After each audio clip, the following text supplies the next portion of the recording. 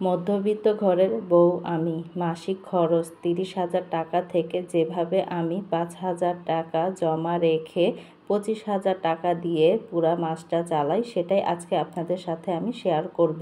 আসসালামু আলাইকুম এভরিওয়ান, আপনারা সবাই কেমন আছেন? আশা করি ভালো আছেন। আমিও আল্লাহর অশেষ রহমতে ভালো আছি। কাছে বা দূরে, দেশ এবং দেশের বাইরে যে যেখান থেকে আমার ভিডিওটা দেখছেন, আপনাদেরকে অসংখ্য ধন্যবাদ।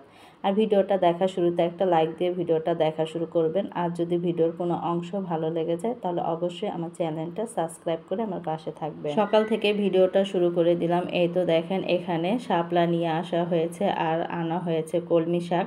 তা কলমি শাকগুলো কিন্তু মা সুন্দর করে বেছে নিচ্ছে। আর ওই তো দেখেন কারেন্টের চুলা।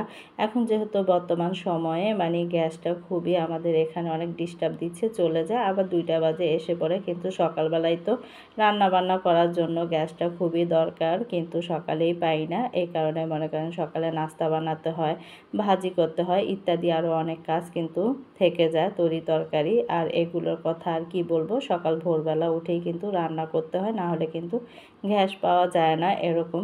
তারপরও মাঝে মাঝে দেখা যায় যে কারেন্টের চুলায় রান্না করতে হয়, না করলে হয় না।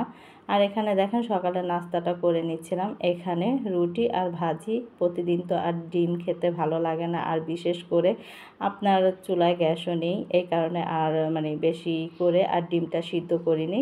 তাই অর্ধেক রুটি খেয়ে নিয়েছি, কারণ এখন দেখছি বর্তমানে রুটিটাও আমার কাছে কেমন জানি বেশ একটা ভালো লাগছে না, তা অর্ধেকটাই খেয়ে নিয়েছি। মধ্যবিত্ত ঘরের বউ আমি, হিসেব করে চলাটাই হয়েছে আমার নেশা। কারণ কি, আমি যদি হিসেব করে না চলি তাহলে দেখা যাবে যে আমি ভালো মতো চলতে পারবো না। কারণ আমার হাজব্যান্ডের অল্প ইনকামে কিন্তু আমাকে এখন বর্তমান সময়ে আপনার মনে করেন যে খেয়ে পরে বাঁচতে হবে, ছেলে মেয়েকে মানুষ করতে হবে, মাথা গোজার মতো ঠাঁই করতে হবে। সব কিছুই কিন্তু একটা গৃহিণীই পারে সব কিছু সংসারটাকে পরিপূর্ণভাবে অল্প ইনকামে সামলাতে। কারণ অল্প ইনকামে অনেক সময় দেখা যায় যে আমরা হিমশিম খেয়ে যাই, কিন্তু হিমশিম খেলে আমাদের হবে না। কারণ বর্তমান সময়টা এরকম, সব জিনিসই এখন কিন্তু ঊর্ধ্বগতিতে বেড়েই যাচ্ছে সব জিনিস, কিন্তু সেখান থেকেও আমাদের নিজেদেরকে কন্ট্রোল করতে হবে। এই কারণেই দেখেন এই তো এখানে লিস্ট নিয়ে বসে পড়েছি।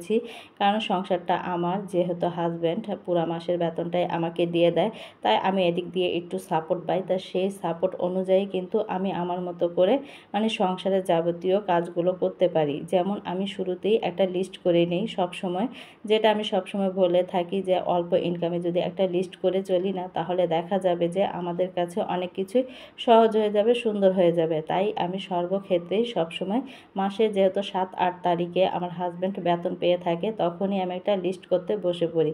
আর লিস্টটা কিন্তু সুন্দরভাবে আমি করেও থাকি। আর এখানে দেখেন এই তো আমি সব কিছুর লিস্ট কিন্তু করে নিয়েছি। বাসা ভাড়া থেকে ওয়াইফাই লাইনের বিল, তারপর আবার প্রত্যেক মাসে কিন্তু আমাদের চাল কিনতে হবে না।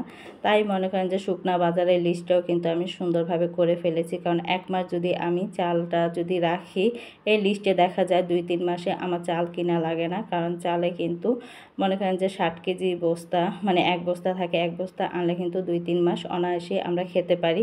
তাহলেও সেখানেও কিন্তু দেখা যায় যে প্রত্যেক মাসে অনেক টাকাই কিন্তু সেভ হয়ে যায়। তারপর শুকনা বাজার যেগুলো, সেগুলো আলাদাভাবে আমি লিস্ট করে থাকি। তারপর কাঁচা বাজার, সেগুলোও আমি একটা অ্যামাউন্ট ধরে থাকি। মাছ মাংসের বাজারের জন্য সেখানেও আমি একটা অ্যামাউন্ট ধরে রাখি, কারণ মাছ মাংসটা কিন্তু একবারে কিনলে হবে না। যেমন কাঁচা বাজার আর মনে করেন যে মাছ মাংসের বাজারটা আমাকে প্রত্যেক সপ্তাহে করতে হয়। কারণ মাছ তো একবারে কিনে আনলে ভালো লাগে না। প্রত্যেক সপ্তাহে যদি আমরা কিনে আনি তাহলে দেখা যায় যে খুব সুন্দরভাবে খাওয়া যায়। আর 1 মাসের বাজার করে রাখলে মাছ মাংস সেই খাবারটা কিন্তু ভালো লাগে না।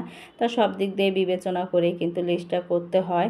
তা সব কিছুর বিনিময়ে মনে করেন যে আমি একটা লিস্টের আকারে করে থাকি। কারণ ছেলেমেয়ের বর্তমানে পড়ার খরচটাও কিন্তু বেশি, কিন্তু সেখানেও কিন্তু আমি মনে করেন যে লিস্টটা করে থাকি। কারণ বাসা ভাড়া, তারপর ছেলেমেয়ের স্কুলের বেতন, কোচিংয়ের বেতন, যেগুলো মনে করেন যে এখান থেকে আমি 1 টাকাও সেভ করতে পারবো না, সেগুলো আমি সব সময় উপরে আমি মনে করেন লিস্ট করে থাকি। কারণ ওখান থেকেও মনে করেন যে এটা আমার বাসা ভাড়া, যেটা ছেলেমেয়ের পড়ার খরচ, সেটা কিন্তু আমাকে দিতেই হয়। সেখান থেকে তো আর কোনো আমার আয় নেই।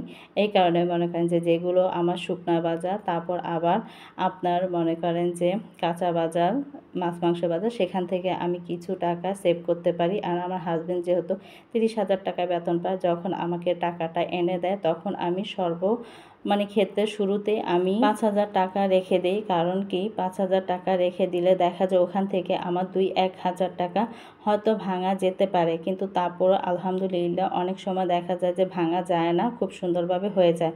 যখন দেখা যায় যে চাল কিনতে হবে তখন মনে করেন যে ওই টাকাটা একটু আমার ধরা লাগে, আর 2-3 মাসের ভিতর তার চাল কিনা লাগে না, তাতে দেখা যায় যে আমার আর ওই টাকাটা ধরা লাগে না। অতএব 5,000 টাকার মতোই আমি কিন্তু সেভ করতে পারি। কারণ বললামই তো কিছু কিছু মনে করেন যে খুচরা বাজারে সেখান থেকে আমি আয় করতে পারি। আর মনে করেন যে আমরা যদি সর্বসময়ে যদি আমরা মনে করেন পাইকারি দোকান থেকে যদি আমরা বাজার সদাই করতে পারি, দেখা যায় যে ওখান থেকেও কিন্তু আপনার 200 বা 300 বা 400 টাকা এরকম থাকে। অনেক কিছু একসাথে কিনে আনলে দেখা যায় যে পাইকারি বাজার থেকে আপনি অনেক টাকাই সেভ করতে পারবেন। কারণ দেখা যায় আমি যেমন 30,000 টাকা থেকে 5,000 টাকা রাখি, তারপর আবার দেখা যায় যে আপনার শুকনা বাজার থেকে, তারপর আবার মনে করেন কাঁচা বাজার, মাছ মাংস বাজার থেকেও কিন্তু আমি অনেক টাকা সেভ করতে পারি।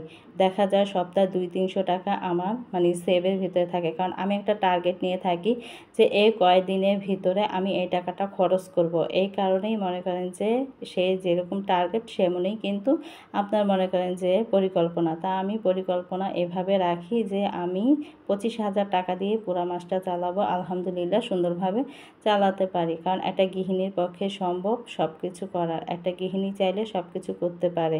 কারণ আমাদের এখন বর্তমান সময়ে সব জিনিসেরই দাম, তার মানে কি আমাদের হিসেব করতে হবে। হিসেবটা যদি আমরা সুন্দরভাবে করে থাকি না, তাহলে দেখবেন কি সব কিছুই কিন্তু আমাদের জন্য সহজ হয়ে যায়।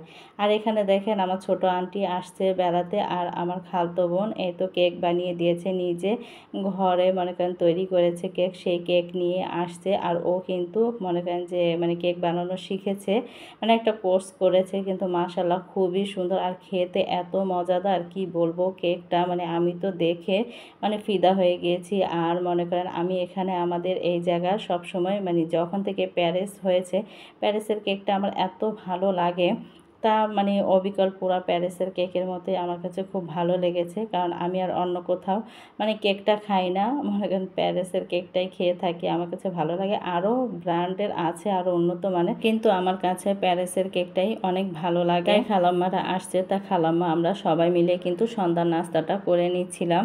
আর সন্ধ্যায় কিন্তু এমন একটা নাস্তা হলে জমে যায়। এই তো দেখেন সবাই মিলে কিন্তু নাস্তা করছিল। তাই বলছি যে মধ্যবিত্ত সংসারের বউ হয়ে যেভাবে আমি হিসেব করে চলি, এরকম যদি প্রত্যেকটা মানুষের যদি হিসেব করে চলে, বা হাজব্যান্ডের অল্প বেতন, দেখা যায় অনেকের বেতন 15,000, 10,000, তারপর আবার 7,000ও কিন্তু অনেকের বেতন হয়ে থাকে। তারপর আবার 20,000, 25,000, এক একজনের বেতন এক এক রকম। যাদের বেতন কম তারা যদি মনে করেন আপনারা প্রতিনিয়তই যদি প্রত্যেক মাসে মাসে 500 টাকা যদি জমিয়ে থাকেন না, তাহলে দেখবেন কি আপনার মনে করেন 1 বছরে অনেক টাকাই আপনার সেভিংস হয়ে থাকে। সেখান থেকেও আপনি আপনার নিজের শখগুলো পূরণ করতে পারেন। আমার যেমন হাজব্যান্ডের ইনকাম 30,000 টাকা, সেখান থেকে আমি 5,000 টাকা রেখে দেওয়ার চেষ্টা করি। তাই আলহামদুলিল্লাহ সবসময় পারি রাখতে, এবং দেখা যায় মাঝে মাঝে 3,000 করেও রাখতে পারি। কিন্তু ওখানেও দেখা যায় 1 বছর আমার ভালো একটা অ্যামাউন্ট হয়, সেই অ্যামাউন্ট দিয়ে আমি কিন্তু আমার নিজের শখগুলো পূরণ করতে পারি। তা সেটাই আপনারাও যদি চান না, তাহলে দেখবেন কি অল্প ইনকামেও কিন্তু খুব সুন্দরভাবে আপনি টাকা রাখতে পারেন। আমার হাজব্যান্ড যেহেতু 30,000 টাকা পায়, আমি যেমন 5,000 রাখি, আপনাদের হাজব্যান্ডরা আরও কম পায়, তা আপনি আরও কম করে রাখবেন। কিন্তু কম করে রাখলেও দেখা যায় যে অনেক সময় অনেক টাকা হয়ে যায়। নিজের শখ চাহিদাগুলো কিন্তু আমরা পূরণ করতে পারি। দেখা যায় অনেক সময় হাজব্যান্ডের কাছে চাওয়া যায় না সব কিছু, নিজের শখগুলো কিন্তু নিজেকে অনেক সময় পূরণ করতে হয়।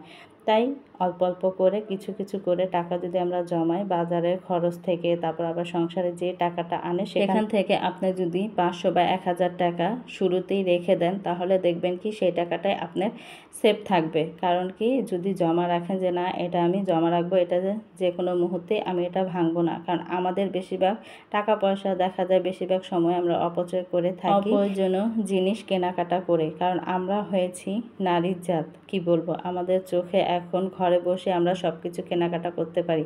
তা সেগুলো থেকে আমরা যদি একটু বিরত থাকি তাহলে কিন্তু দেখা যায় যে অনেক টাকাই সেভ করতে পারি। আর অতএব বেশি বেশি করে ঘন ঘন বাহিরে গেলেও কিন্তু আমাদের এরকম একটা অভ্যাস হয়ে যায় কেনাকাটা করার জন্য, কারণ আমরা অস্থির হয়ে যাই। কারণ বাহিরে গেলেই দেখা যায় এত সুন্দর সুন্দর জিনিস, সেই জিনিসগুলো না কিনে কিন্তু পারি না, আমরা কিনে থাকি। তাই বাড়তি অপচয় না করে যেভাবে টাকা সেভ করা যায় ওইভাবে যদি আমরা বেতনের শুরুতে যদি একটু হিসেব করে চলি তাহলে দেখা যায় অনেক টাকাই আমরা সেভ করতে পারি। আর এখানে এই তো কেকটা খাচ্ছিলাম, কেকটা মাশাআল্লাহ এত প্রচুর পরিমাণে সফট ছিল আর খেতে এত মজা ছিল কি বলবো।